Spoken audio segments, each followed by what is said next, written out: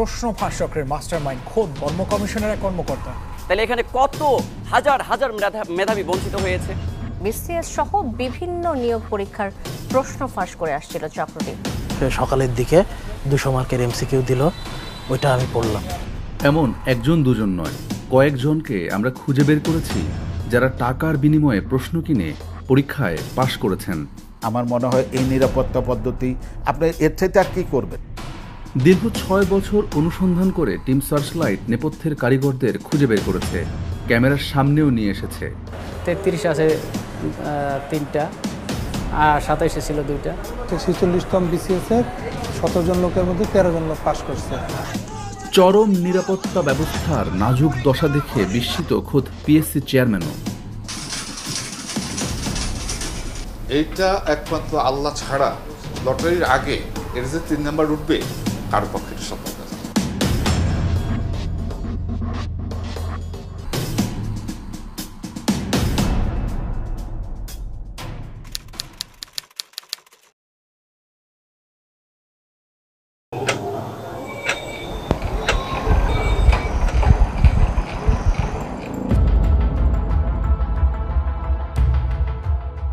উদ্বেগ, উৎকণ্ঠা, চাকরির পরীক্ষার তীব্র প্রতিযোগিতায় নিজেকে প্রস্তুত করতে লাখো বেকারের শেষ ভরসা কঠোর পরিশ্রম আর অধ্যাবসায়।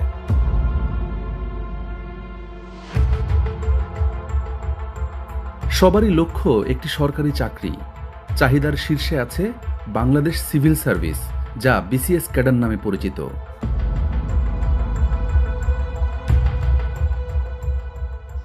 বিসিএস এর প্রার্থী বাছাই করা হয় 3 ধাপে: প্রিলিমিনারি বা প্রাক বাছাই, লিখিত এবং মৌখিক পরীক্ষা। প্রথম ধাপে 200 নম্বরের প্রিলিতে উত্তীর্ণরা মোট 1100 নম্বরের লিখিত পরীক্ষায় অংশ নেন।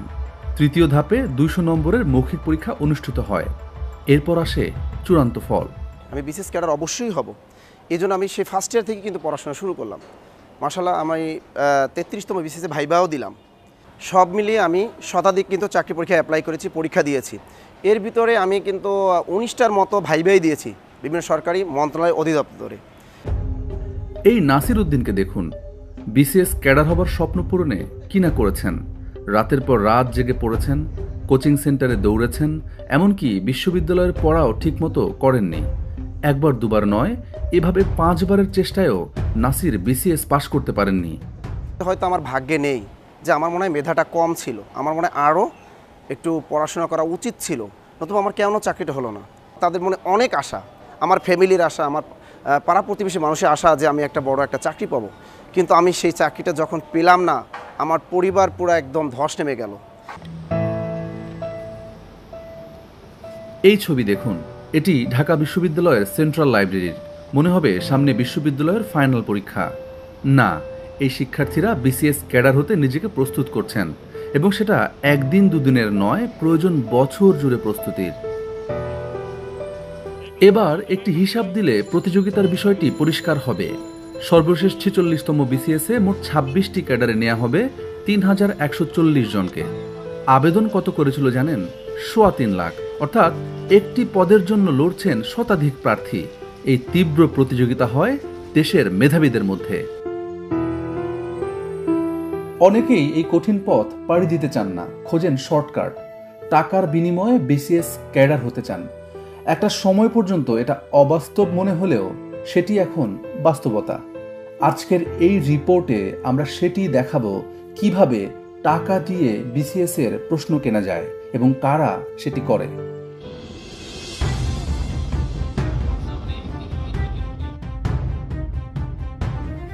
নাম পরিচয় গোপন করার শর্তে এই ব্যক্তি আমাদের সাথে কথা বলতে রাজি হয়েছেন।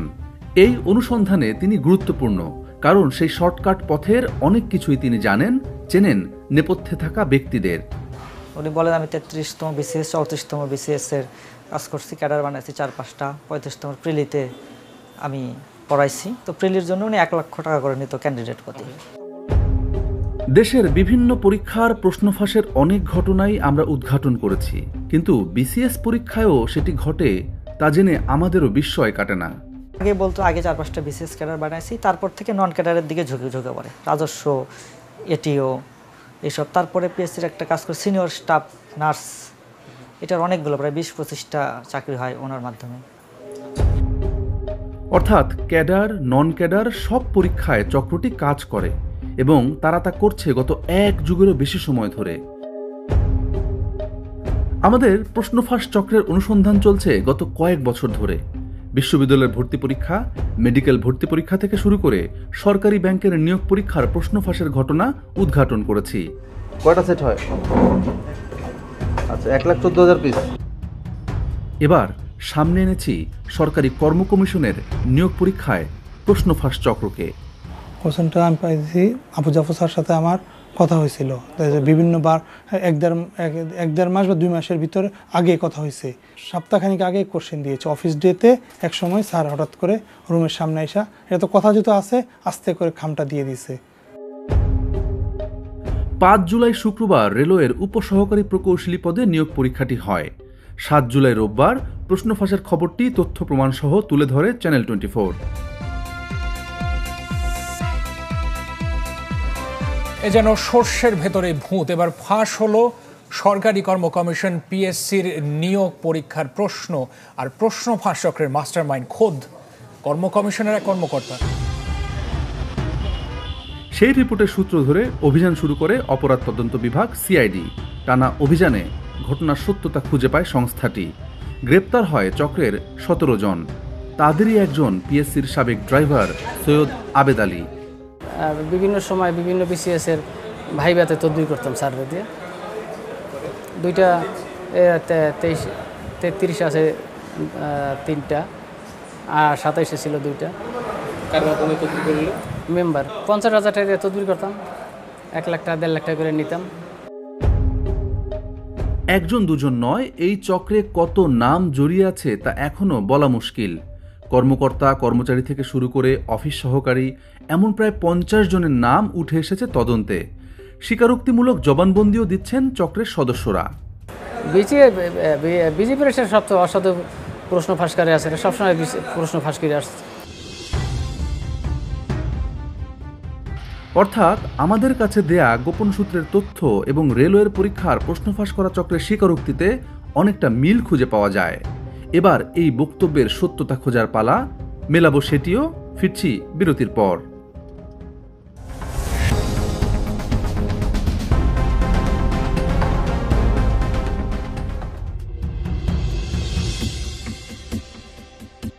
বাংলাদেশ সরকারি কর্ম কমিশন বা পিএসসি এমন একটি সাংবিধানিক প্রতিষ্ঠান যারা সরকারি চাকুরিতে প্রথম ও দ্বিতীয় শ্রেণীর পদে নিয়োগের জন্য উপযুক্ত ও যোগ্যতা সম্পন্ন ব্যক্তি নির্বাচন করে থাকে, আর তা করা হয় এমন প্রতিযোগিতামূলক পরীক্ষার মাধ্যমে।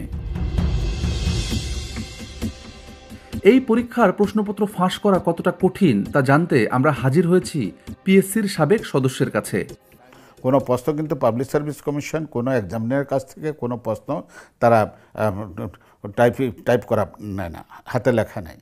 হাতে লেখা নিয়ে, কারণ এটা হাতে লেখার উদ্দেশ্যটাই হলো গোপনীয়তা রক্ষা করার জন্য। যারা সাধারণত এক্সপার্ট তাদের কাছ থেকে প্রশ্নটা আসার পরে সংশ্লিষ্ট পরীক্ষা কমিটির চেয়ারম্যান তার কমিটির মাধ্যমে এখানে প্রশ্নটাকে মডারেশন করে। মডারেশন হওয়ার পরে প্রশ্নপত্র তৈরি হয়ে ফাইনাল হয়ে পাণ্ডুলিপি আকারে থাকে। পাবলিক সার্ভিস কমিশনের যে রুমটাতে প্রশ্নপত্র প্রণয়ন থেকে শুরু করে প্রশ্নপত্র সংক্রান্ত ডিসকাশনটা করা হয়, মেম্বার ইচ্ছে করলে ঢুকতে পারে না। পাবলিক সার্ভিস কমিশন মেম্বার বা চেয়ারম্যান সাহেব ইচ্ছা করলেও ঢুকতে পারেন না, তাকে ঢুকতে হয় আরও একজনকে সাথে নিয়ে। এবং সেখানে যে ইয়েটা আছে, এখন সর্বোচ্চ যে আধুনিক যে পদ্ধতি আছে, যে পাঞ্চ মেশিন মাধ্যমে এটা করে, এবং সেটা 24 ঘন্টায় সিসি ক্যামেরার আওতাধীন আছে। কে ঢুকতেছে কে বাইরে হচ্ছে এটা ইচ্ছা করলে তখন সাথে সাথে জানা যায়। অর্থাৎ যারা প্রশ্ন প্রণয়ন করছেন তারা জানেন না তাদের দেয়া প্রশ্নটি আদৌ মূল প্রশ্নপত্রে থাকবে কিনা। এমনকি মডারেশন কমিটিও কয়েক সেট প্রশ্নপত্র তৈরি করেন। কোন সেটে পরীক্ষাটি নেওয়া হবে তা নির্ধারিত হয় পিএসসিতে পরীক্ষা শুরু হবার ঠিক আগে লটারির মাধ্যমে। পিএসসির বর্তমান চেয়ারম্যান সেই প্রক্রিয়া তুলে ধরেন। লটারিটা করি এই সিস্টেম,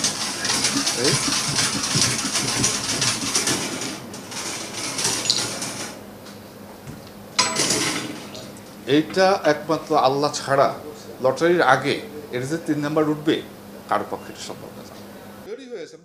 পিএসসি চেয়ারম্যানের এই বক্তব্য সঠিক। কোন সেটে পরীক্ষা হবে তা জানা প্রায় অসম্ভব, কিন্তু কোনো পরীক্ষার্থী যদি সবগুলো সেটের প্রশ্নই পরীক্ষার আগে হাতে পায়, তাহলে এই প্রশ্নের উত্তর খোঁজার আগে প্রশ্নপত্র কোথায় কিভাবে ছাপানো হয় তা জানা জরুরি। যখন পরীক্ষার ডেট নির্ধারিত হয় তার কিছুদিন আগে প্রশ্নপত্র জন্য পাবলিক সার্ভিস কমিশনের মাধ্যমে বিজি প্রেসে পাঠানো হয়।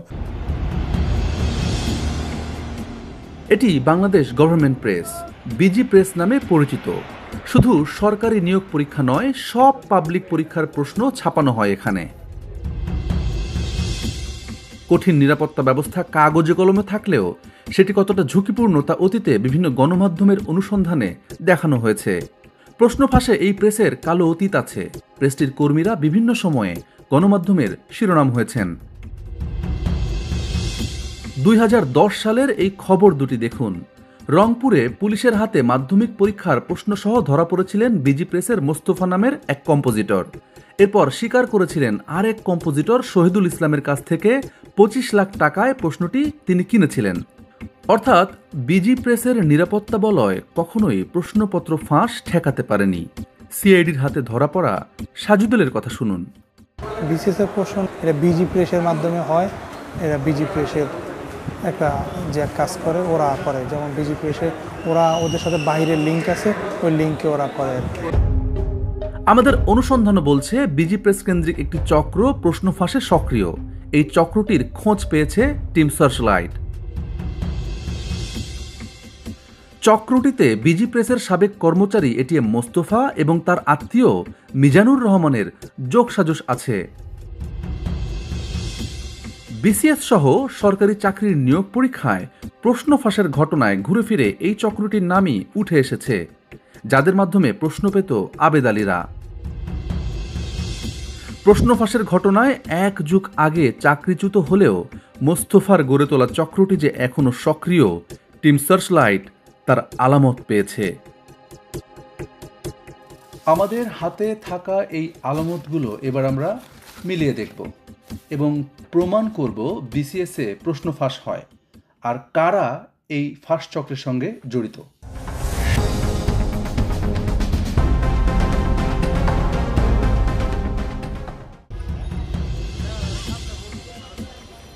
নজর দিতে চাই সর্বশেষ অর্থাৎ 46তম বিসিএস এর দিকে। 3140টি পদের জন্য গত বছর বিজ্ঞপ্তি প্রকাশ করে পিএসসি। এবছরের 26 এপ্রিল নেওয়া হয় প্রিলিমিনারি পরীক্ষা। এই পরীক্ষায় 200টি এমসিকিউ ভিত্তিক প্রশ্ন থাকে, অর্থাৎ প্রতিটি প্রশ্নে 4টি করে অপশন থাকে। সঠিক উত্তরে আপনাকে শুধু টিক দিতে হবে। 3 ধাপের বিসিএস এর সবচেয়ে কঠিন ও গুরুত্বপূর্ণ হচ্ছে এই প্রিলিমিনারি পরীক্ষা, কারণ এই ধাপে প্রতিদ্বন্দ্বিতা অনেক বেশি। বলা হয় 200তে 125-এর ওপরে নম্বর উঠাতে পারলেই পরের ধাপে যাওয়া প্রায় নিশ্চিত। 46তম বিসিএস প্রিলিমিনারিতে পাশ করেছেন 10,638 জন। এটি সেই ফলাফলের প্রজ্ঞাপন। 2 জন প্রার্থীর ফলাফল জানতে চাই আমরা। তাদের প্রবেশপত্র আমরা পেয়েছি নাম প্রকাশে অনিচ্ছুক সেই সূত্র থেকে। দুজনেই প্রিলিমিনারি পরীক্ষায় পাশ করেছে। এই 2 শিক্ষার্থীকে খুঁজে পেলে অনেক প্রশ্নের উত্তর মিলবে, কেননা সূত্রটি জানিয়েছিল দুজনেই বিসিএস পরীক্ষার প্রশ্ন পেয়েছে। মাহমুদুল হাসানের প্রবেশপত্রের উপরে থাকা ফোন নম্বরের সূত্রে জানা গেল ছেলেটি ঢাকা বিশ্ববিদ্যালয়ের প্রাক্তন শিক্ষার্থী। ঠিকানা সহ বিস্তারিত তথ্য পেতে বিশ্ববিদ্যালয়ের টিম সার্চলাইট।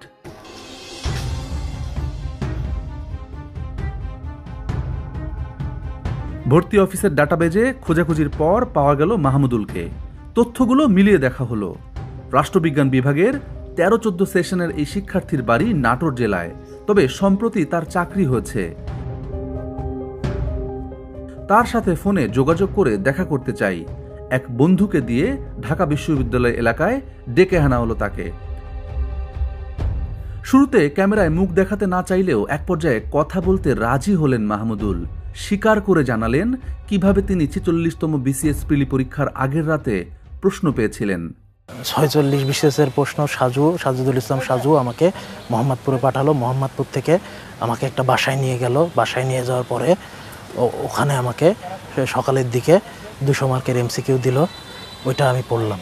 পড়ার পরে হলে গিয়ে দেখি কমন পড়ছে। আচ্ছা, কত টাকা পিলিতে কত টাকা কন্ট্যাক্ট হলো? 1 লাখ টাকা নিয়েছে। এই সাজুই হলেন পিএসসির কর্মচারী সাজিদুল ইসলাম, যার মাধ্যমে মাহমুদুলের মতো অনেকেই পরীক্ষার আগের রাতে প্রশ্ন পেয়েছেন। তাদের আরেকজন রুবেল, মাহমুদুলের মাধ্যমে ডেকে আনা হয় তাকেও। ঘটনার আকস্মিকতায় হতভম্ব রুবেল কোনোভাবেই মুখ খুলতে চাচ্ছিলেন না। ভবিষ্যতে কি হবে তা নিয়েও শঙ্কিত ছিলেন। কিন্তু আমরা ওই রাতের বিস্তারিত তার মুখেই জানতে চাই।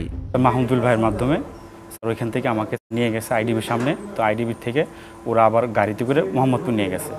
তো মোহাম্মদপুর নিয়ে যাওয়ার পরে রাত 9টা-10টার দিকে আমাদের কাছে কোশ্চেন পাঠিয়ে দিয়েছে। তো ওরা লোকজন ছিল, ওই কোশ্চেন দিয়ে আমাদের সারা রাত সলভ করাইছে। তো তারপরে সকালে আমাদের ছেড়ে দিয়েছে। পরে বলে আমরা অ্যাডমিট কার্ড নিয়ে যার যার এক্সাম সেন্টারে চলে গেছি। পরে আমরা পরীক্ষার হলে ওই অ্যারাউন্ড 160-র মতো কোশ্চেন কমন পাইছি বিসিএস। অর্থাৎ সব সেটের প্রশ্নই পেয়েছিল চক্রটি এবং সবগুলো সেটের উত্তর পড়ানো হয়েছিল প্রার্থীদের। কতগুলো কোশ্চেন পড়াইলো? 1000 প্লাস 1100-1200 মতো। সব যত যেগুলো সেট হয় সব সেটই পড়াইছে? এখানে সেটমেট কিছু লেখা ছিল না। আচ্ছা, কি হাতে লেখা ছিল না? না, প্রিন্ট করাই ছিল, বাট ওইখানেও জাস্ট খালি কোশ্চেনগুলো ছিল, আর কোনো কিছু ছিল না। আমার 2 লাখ টাকা কন্ট্রাক্ট হয়েছিল, পরে আমাকে নিয়ে গেছিল। আমার ওই রুমে 8-9 জন স্যার। ওই বাসায় কতজন? ওই বাসায় 100 জনের মতো। চুক্তিবদ্ধ শিক্ষার্থীদের প্রশ্ন পড়ানোর একটি গোপন বুথেই খোঁজ মিলল শতাধিক শিক্ষার্থীর। সে রাতে এমন কত বুথ স্থাপন করেছিল চক্রটি, তার সঠিক সংখ্যা আমরা জানতে পারিনি। তবে আরও 6 জন শিক্ষার্থীর নাম পরিচয় জেনেছি, যারা পরীক্ষার আগের রাতে বুথে প্রশ্ন পেয়ে নিজেদের পরীক্ষার জন্য তৈরি করেছিলেন। প্রবেশপত্র ধরে তাদের ফলাফল খুঁজতে গিয়ে দেখি তারাও পরীক্ষায় পাশ করেছেন। এদের সবার সঙ্গেই টিম সার্চলাইট যোগাযোগ করে। এদের মধ্যে 2 জন স্বীকার করলেও কেউই ক্যামেরার সামনে কথা বলতে রাজি হননি। আগেই বলেছি 3 ধাপের পরীক্ষা বিসিএস। প্রতিটি ধাপে পাশ করলেই তবে মিলবে ক্যাডার হওয়ার সুযোগ। এই চক্র কি তবে শুধু প্রথম ধাপের প্রশ্নই ফাঁস করতে পারে? বিশেষ পরীক্ষার আগে, বিশেষ করে 33তম এবং 34তম বিশেষ পরীক্ষার আগে নোমান সিদ্দিকী ক্যান্ডিডেট জোগাড় করতেন। জোগাড় করে পরীক্ষার আগের রাতে একটি নির্দিষ্ট জায়গায় রাখতেন, মিরপুর 10 নম্বরে, যেটাকে বলতো বুথ। ওখানে সব ক্যান্ডিডেটকে জড়ো করে রাখতেন, 20-25 জনকে। রাত 1:30, 2টা কিংবা 3টার দিকে পিএসসির বহিষ্কৃত কর্মচারী খলিল এসে হাতে লেখা কাগজে প্রশ্ন দিয়ে যেতেন। আর সেই প্রশ্নগুলোই এই ক্যান্ডিডেটগুলো সারা রাত ধরে পড়াশোনা করে সকালবেলা পরীক্ষা দিত। প্রিলিমিনারির 4 সেট তারা পাইতো, লিখিতরও 4 সেটই তারা পাইতো, এবং পড়াশোনা সারা রাত পড়াশোনা করে সকালবেলা পরীক্ষা দিত। মাহমুদুল ও রুবেলকেও লিখিত পরীক্ষার প্রশ্ন সরবরাহের আশ্বাস দিয়েছিল চক্রটি। কেবল 46তম নয়, সিআইডির হাতে গ্রেফতার হওয়া চক্রের 2 সদস্য আদালতের জবানবন্দিতে 33তম বিসিএস এর প্রিলিমিনারি এবং লিখিত পরীক্ষায় প্রশ্ন ফাঁসের কথা যেমন স্বীকার করেছেন, তেমনি জানিয়েছেন 4 জনকে ক্যাডার বানানোর কথাও। মৌখিক পরীক্ষায়ও পাশ করার ব্যবস্থা আছে চক্রটির কাছে, সেটি আবেদ আলীর বক্তব্যেও স্পষ্ট। মূলত 2 ভাগে ভাগ করে কাজ করে চক্রটি। একটি দল প্রিলি এবং রিটেন পাশ করিয়ে শিক্ষার্থীকে ভাইবা পর্যন্ত নিয়ে যায়, আর আরেকটি দল ভাইবা পার করে দেওয়ার ব্যবস্থা করেন। আর সেই দলে মূলত আবু জাফর, জাহাঙ্গীর আলম, আলমগীর কবিররা ছিলেন। এই অনুসন্ধান নিয়ে হাজির হই বর্তমান পিএসসি চেয়ারম্যানের কাছে। প্রথমে সংশয় প্রকাশ করলেও আমাদের হাতে থাকা তথ্য প্রমাণ দেখানোর পর বিস্মিত হন তিনি, বিব্রত বোধ করেন। এবং প্রশ্ন পরীক্ষার পর আমরা মিলিয়ে দেখেছি, এটা হুবহু মিলে যায় আপনার প্রশ্নের সাথে। আমার যদি আগে পেতাম আমরা, তাহলে আমরা পরীক্ষাটা সত্য বা মিথ্যা সেটা পরে আমরা পরীক্ষাটা বন্ধ করতে পারতাম। আমরা পরীক্ষাটা আমরা বন্ধ করতে পারতাম, তাহলে এই বদনামটা আমাদের ঘাড়ে আসতো না। বিজি প্রেস থেকে প্রশ্ন ফাঁস হওয়ার সম্ভাবনাও নাকচ করে দিলেন তিনি। মডারেটররা যখন দিয়ে যান, সিলগালা করে যান, এটাই প্রেসে যায়। পাণ্ডুলিপি প্রেসে ছাপা হয়, প্রেসেই প্যাকেটজাত করা হয় এবং প্রেস থেকেই বিভাগগুলোতে যায় এবং আমাদের এখানে বলটে আসে। সেখানে 24 ঘন্টা পাহারা আছে। রেলওয়ে পরীক্ষার প্রশ্ন ফাঁসের ঘটনা চ্যানেল 24 সবার সামনে নিয়ে আসার পর পিএসসি এই বিজ্ঞপ্তিটি দেয়, আমাদের উদ্দেশ্য নিয়ে প্রশ্ন তোলে। আবার সেই বিজ্ঞপ্তিতেই দায়ী ব্যক্তিদের বিরুদ্ধে ব্যবস্থা নেওয়ার কথা জানায় তারা। অথচ পিএসসির কাছে এই সতর্কবার্তা অনেক আগে থেকেই ছিল। পিএসসির যে 6 জন কর্মকর্তা কর্মচারী সিআইডির হাতে গ্রেপ্তার হয়েছেন, এদের সবার বিরুদ্ধে বিভিন্ন সময়ে প্রশ্নপত্র ফাঁসের অভিযোগ ছিল। সেই সব অভিযোগের কয়েকটি সত্যতাও খুঁজে পেয়েছিল পিএসসি। হাতে গোনা কয়েকজনের জন্য গোটা পরীক্ষা ব্যবস্থাটি প্রশ্নের মুখে পড়তে পারে না। আমাদের অনুসন্ধানের লক্ষ্য সেটি নয়। আমরা দেখিয়েছি একটি চক্র কিভাবে টাকার লোভে পরীক্ষা পদ্ধতিটিকে কলুষিত করেছে। এদের খুঁজে বের করে থামানো জরুরি। তা না হলে সরকারি কর্ম কমিশনের ওপর মানুষ আস্থা হারাবে।